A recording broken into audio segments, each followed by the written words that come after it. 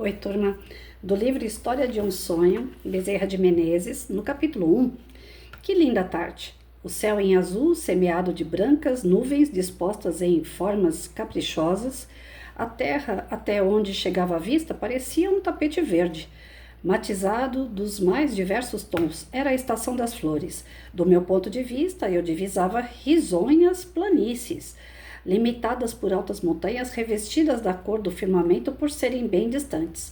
De uma floresta vizinha subiam aos ares e espalhavam-se pelo espaço sons harmoniosos, vindos de 1000 espécies de cantores que se despediam do dia, erguendo de seus inocentes peitos hinos de graça ao Criador de todos os seres. Junto a mim, em torno de minha casinha branca, corriam alegres anjinhos louros, que eram meus desvelos. Sentado à varanda, eu apreciava todas essas belezas da criação, enquanto o astro do dia corria em busca da filha do oceano, esposa de Netuno, a bela Anfitrite. Era o crepúsculo da tarde. Luz fugindo para cima das montanhas, sombras correndo a ocupar a superfície da terra por aquela abandonada. Em pouco tempo seria noite. Lá no extremo oriente, a lua surgia cautelosa para que não a descobrisse o astro-rei, cujos amores procurava sempre em vão surpreender. Cessou a música silvestre que me sensibilizava e fixei a vista na bela estrela, companheira da casta diva, que o povo chama de estrela dos pastores e que os sábios denominam Vênus. Fitei-a e senti-me arrebatado por um desejo ardente de vê-la tão nítida quanto via a terra, conjecturando tal hipótese e desprendendo-me de todas as maravilhas que ainda há pouco me extasiavam e que o véu da noite me ia roubando, caí numa espécie de sono, que não era dormir nem estar acordado, era dormitar. Dormitando, eu tinha os olhos fixos na linda estrela e sonhava com ela. Parecia que todo o meu ser se fendia num pensamento alado que voava às regiões etéreas sem que me desligasse do corpo. Compreendi que sonhava, ou antes que, durante o sono, eu desprendera da matéria corporal e vagava pelo espaço. Eu tinha perfeita compreensão do fenômeno do fenômeno e da lei que o regia, ou seja, o desdobramento, né, gente?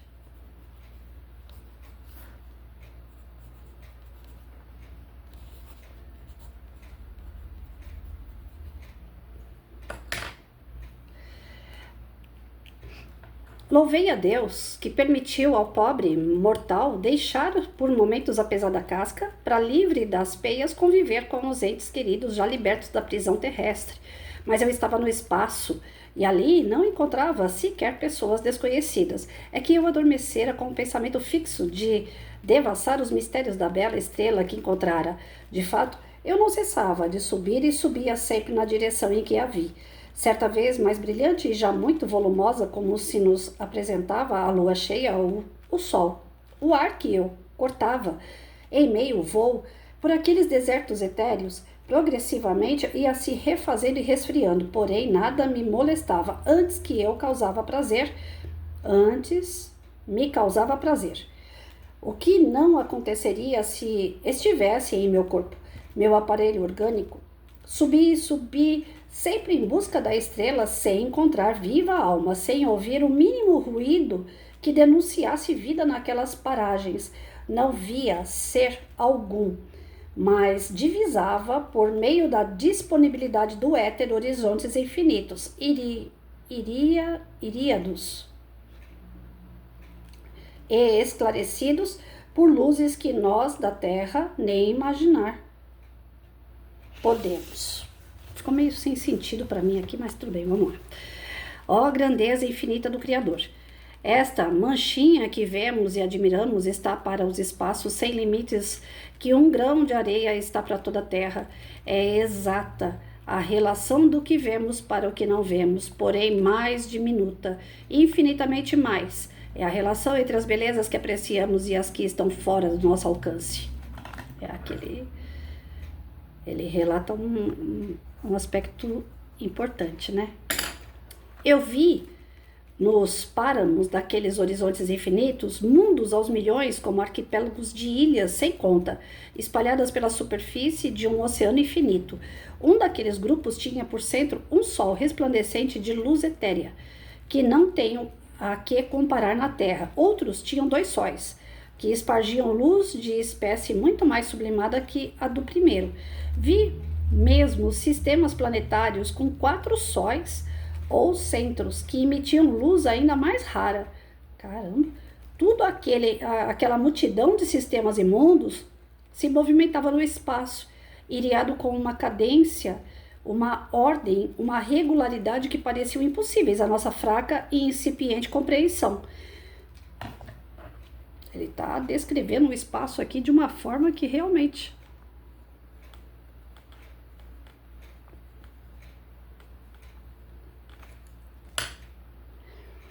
Não sei se foi ilusão, como é que é? Não sei se foi ilusão. Lá, no alto dos céus, eu já estava muito distanciado da Terra. Divisei um globo de luz clara de escrever a neve. Desculpa, gente. Divisei um globo de luz clara de escurecer a neve, que se movimentava independente de qualquer centro, não sendo ele mesmo centro de sistema algum. Cogitei profundamente sobre o que vira, sem poder, contudo, definir aquele espécime maravilhoso em relação ao que havia encontrado e descoberto até ali. Movia-se a curiosidade de saber, embora de mim não saísse o menor lume a esclarecer-me. Do infinito, pois que ninguém havia junto a mim, chegou-me uma voz que disse: aquele mundo é fluídico, é a morada dos eleitos. E acima dele, em brilho, em condições de felicidade, há um número sem conta até chegar ao sólio sacratíssimo, onde assistem a justiça e o amor infinitos. De onde veio aquela voz? Ou veio do infinito, ou então eu era acompanhado por seres invisíveis. Não sei porque aquele pensamento me causou pavor, mas o certo é que o senti e só então refleti na minha singular posição de viajante sem companhia pelos espaços infinitos.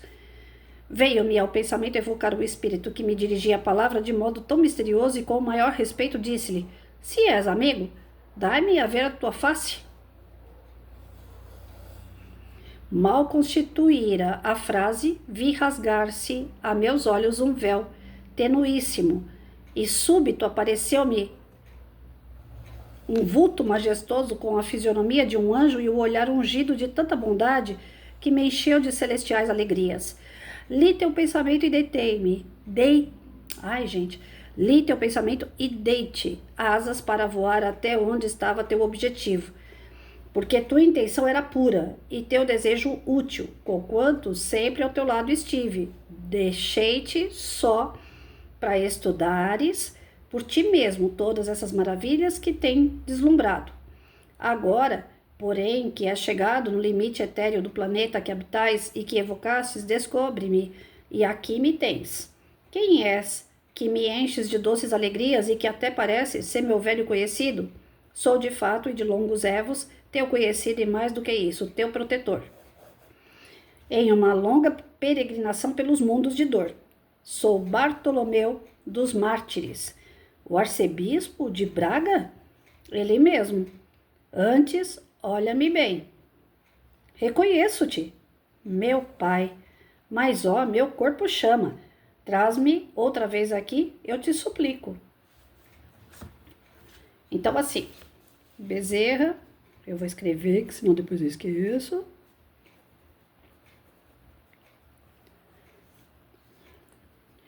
Ele vaga pelo espaço, não consegue descrever exatamente esse espaço,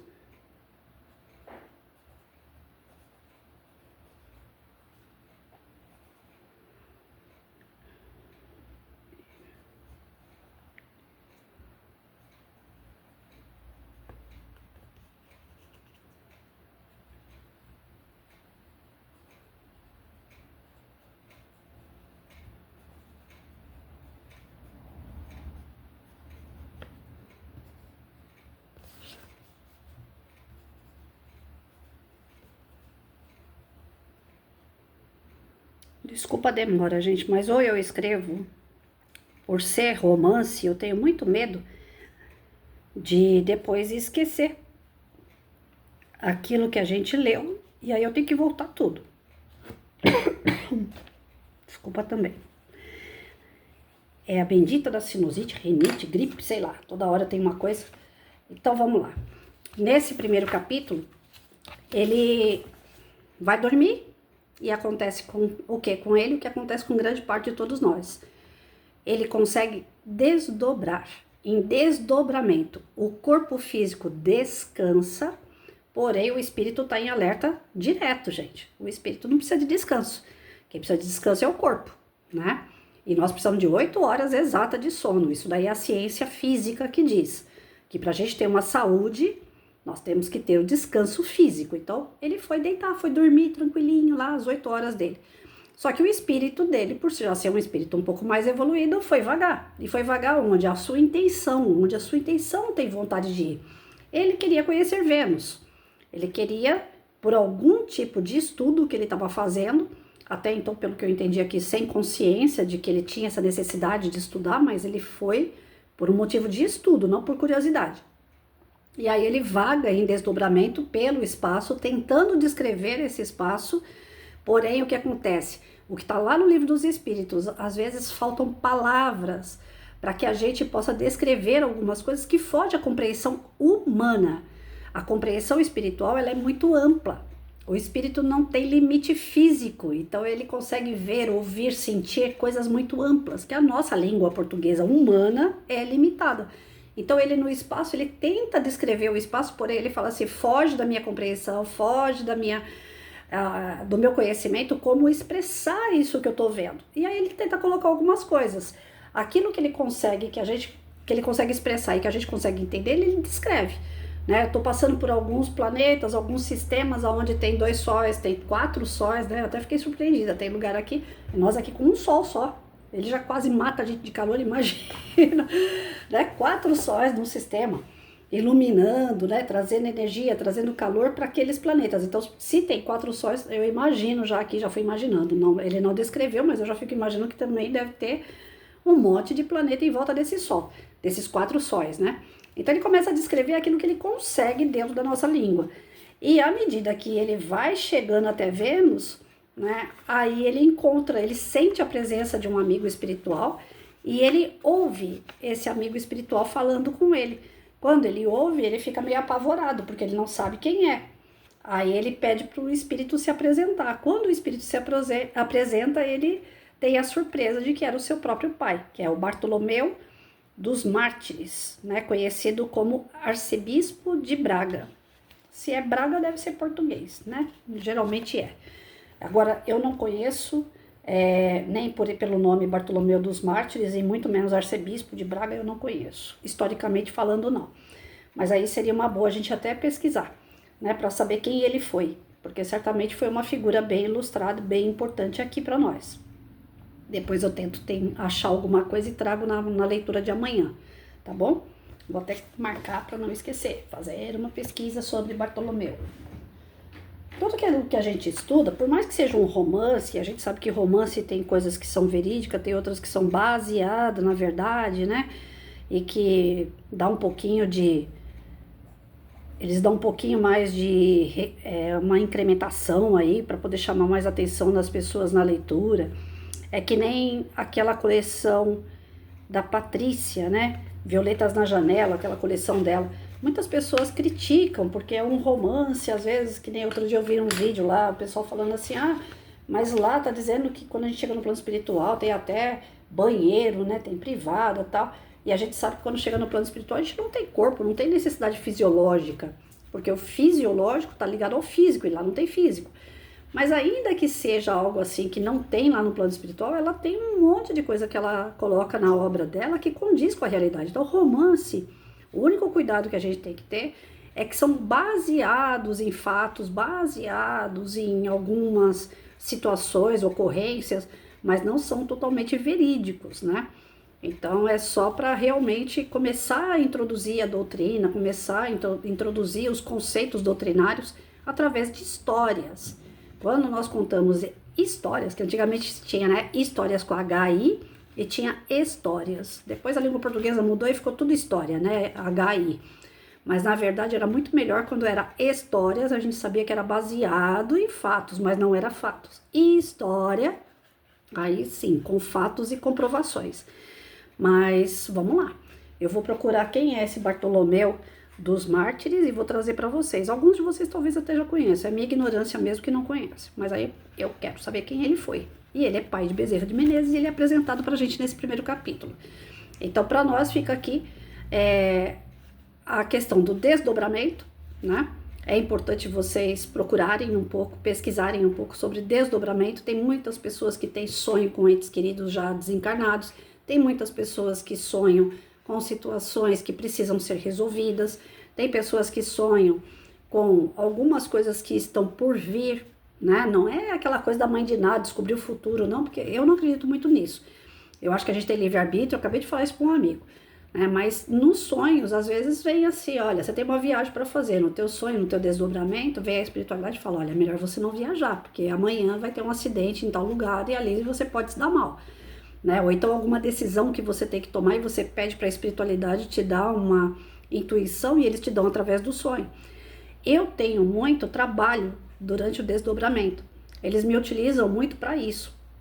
Como a gente tem a energia muito forte, né, encarnado, a energia da carne, então eles me utilizam muito para resgate em umbral, né? Eu tenho um aluno que está no umbral há muitos anos, vira e mexe, eles me pegam para poder ir até lá, tentar convencer esse aluno a acreditar em Deus, a exercitar o perdão, né? Para que ele possa sair do umbral, e ele não sai. O Eduardo está lá há muito tempo, né? Às vezes, que nem essa semana, eu sonhei com uma amiga que a gente estava fazendo um trabalho de evangelização, era um centro pequeno, né? Eu acho que, pelo que eu vi no meu sonho, no meu desdobramento, era um centro já de início de trabalho, não é um centro muito grande. E aí tinha na entrada, é engraçado que nos desdobramentos você guarda alguns detalhes dele, né? Na entrada do centro, eu vi um muro alto, mais ou menos batendo assim perto da minha cabeça, e aí estava começando a ser feito um jardinzinho em cima desse muro. Aí você passa pelo corredor onde tem esse muro, esse jardinzinho, logo em seguida já é o pátio. Aí tinha uma cantina do lado esquerdo, as crianças fazendo fila para ir pegar o lanchinho, e uma amiga minha, a Sheila, ela gosta muito de girassol, aí tava cheio de colar de girassol em volta dela assim. Eu falei assim, o que é isso? Você vai pular carnaval? Ela falou assim, não, eu tô enfeitando o pátio para ficar mais bonito para as crianças. Então ela fazendo o papel de decoradora do pátio, né, do centro espírita, e eu colocando aquela criançada em fila, né, organizando, como sempre, disciplinando, que eu acho que é para isso que eu vim. E aí disciplinando a molecadinha para pegar o lanche e sentar para se alimentar quietinho, né, sem causar nenhum tipo de transtorno. E aí essa semana nós fizemos um trabalho de evangelização. Então assim, o desdobramento ele serve para uma série de coisas, né? Às vezes você tem um ente querido que desencarnou, já aconteceu de eu reencontrar meu pai, minha mãe, reencontrei meu filho, primeiro que eu perdi na gravidez, reencontrei meu marido, meu tio, minha tia, né? Os únicos que eu ainda não consegui reencontrar foi meu avô e minha avó, que eu tenho uma verdadeira adoração por eles e até hoje não foi permitido e ainda não sei porquê. Mas assim, todas as pessoas com quem você tem contato de amor, ou então alguém que você precisa fazer as pazes, né, um trabalho, o desdobramento ele é muito, muito importante e ele acontece sempre. Ah, Patrícia, mas às vezes eu tenho desdobramento, mas eu não lembro o que foi que aconteceu. Eu acordo, sei que eu sonhei com alguma coisa e não lembro. Não tem problema. A gente tem a carne tão pesada, o nosso físico ele é tão pesado que ele aprisiona até a nossa lembrança. O importante é que se você acorda falando assim, acordei com uma sensação tão boa hoje, sonhei com alguma coisa e não lembro o quê. Olha que sensação boa. Então guarda a sensação. Não importa o que foi que você sonhou, o que foi que você fez. Se a sensação é ótima, que maravilha. Guarda ela e trabalha aquele dia, aquela energia boa. Patrícia, mas eu acordei e tive uma sensação ruim, parecia que tinha um espírito ruim perto de mim, sei lá, alguém querendo fazer o mal. Então você ora e vigia ainda mais.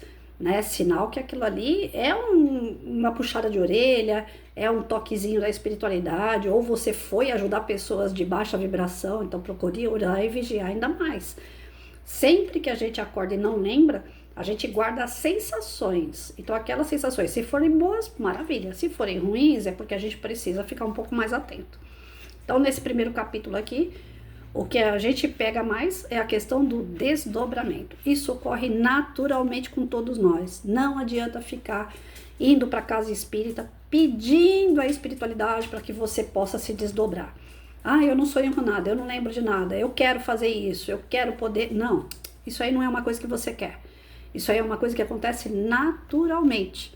Isso aí é algo que você já desenvolveu através da maturidade espiritual. Isso aí é algo necessário para você. Então, existem vários fatores que fazem uma pessoa desdobrar.